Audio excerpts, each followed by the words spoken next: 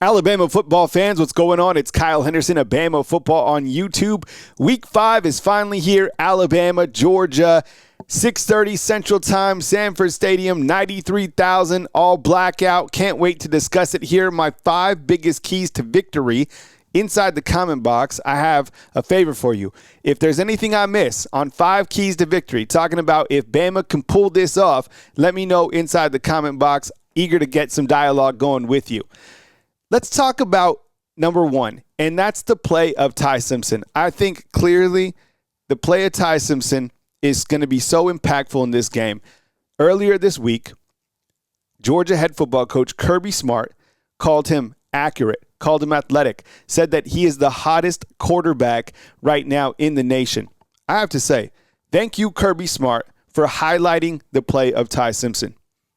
I think, is it coach talk? Yeah, sure, maybe. But also, I think he recognizes what Ty brings to the table. A couple points stand out to me. He points back to last year when Ty Simpson displayed athleticism using his legs. A lot of people still don't know how athletic Ty Simpson is. And if he gets going, good luck catching him.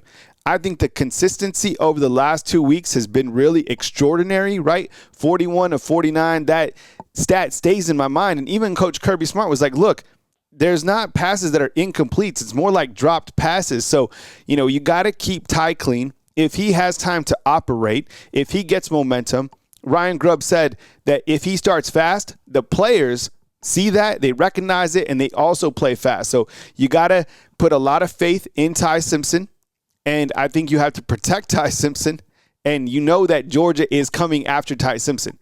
Another stat that stands out to me is 3 of 14 when under duress against Florida State. No question about it. If I'm Georgia, I am absolutely sending the house after Ty Simpson, 100%. And I think that that's going to come down to Alabama's tackles versus Georgia's pass rush, okay? The run game identity. Let's talk right here. I have to say, it's been pretty exciting to see Jam Miller in some B-roll footage, just out there practicing. Now on Tuesday, Ty Simpson told team reporters that Jam was out there and he was practicing like wild man. Can you imagine? This guy hasn't got to play this season yet. So having Jam Miller back, and I kind of rewind to offensive coordinator Ryan Grubb was like, Jam is the man. There's other running backs in this room that are really good. I love Kevin Riley, Richard Young. We've seen a little bit of him. A.K. Deere, Daniel Hill. But look, Jam is a different cat than those guys. He's a bigger back, 220. He's a veteran. He scored twice against Georgia in the last 2 times. So having him come back, will that help the run game identity? I don't know. I mean, Georgia, it's going to be tough to run the ball against them regardless. You have to have wide receiver consistency in this game. Now, Georgia head football coach Kirby Smart said that the wide receivers are very physical.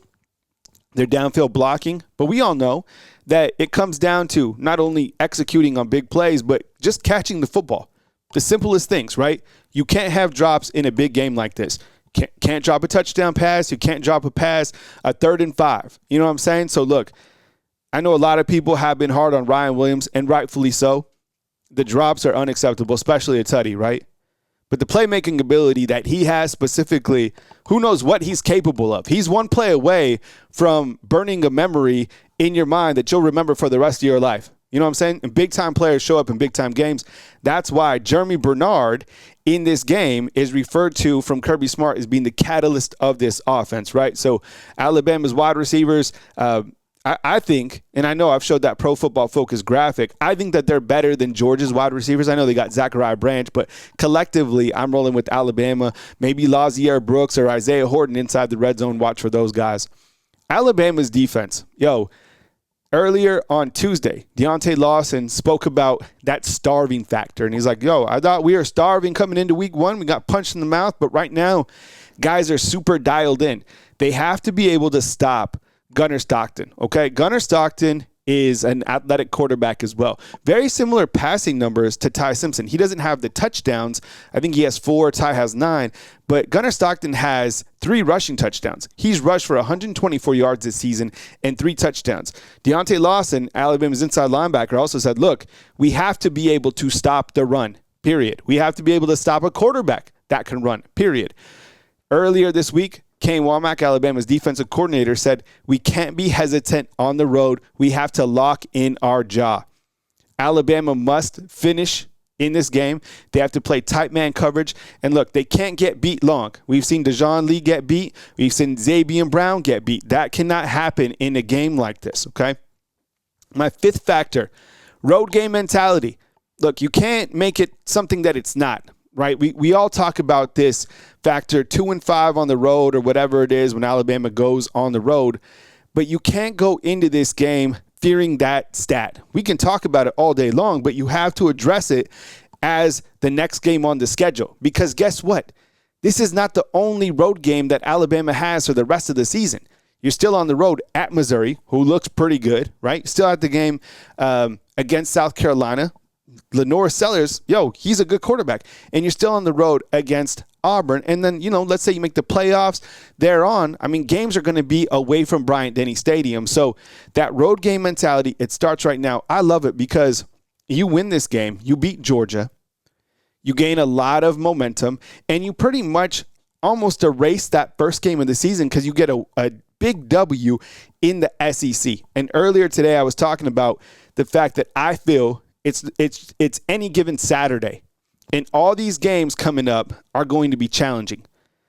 What an opportunity to get to beat Georgia on the road at Sanford Stadium, a game that the entire nation will be watching 100%. So in closing, as we go over those 5 points, which particular number stands out to you? Is it Ty Simpson, number 1, and his overall poise in games like this? Is it the run game identity? Is it the wide receiver consistency? Is it Alabama's defense versus Gunner Stockton? Is it the road game mentality? I've said this, and I think it goes without saying, and I kind of tie it into the play of Ty. If the offensive line can protect, specifically the tackles, if they can provide enough protection for Ty Simpson and allow Ty Simpson to operate, he has some big plays. The wide receivers come through. Maybe you get a tutty inside the goal line or something like that from one of your running backs, and the defense comes up with some big third down stops.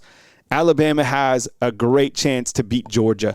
I know Georgia is favored by 3. I think that's the home field. I think this is a very good Georgia football team. I wouldn't, who knows what happens. If these two teams maybe meet again in the playoffs, the SEC championship, there's a lot on the line.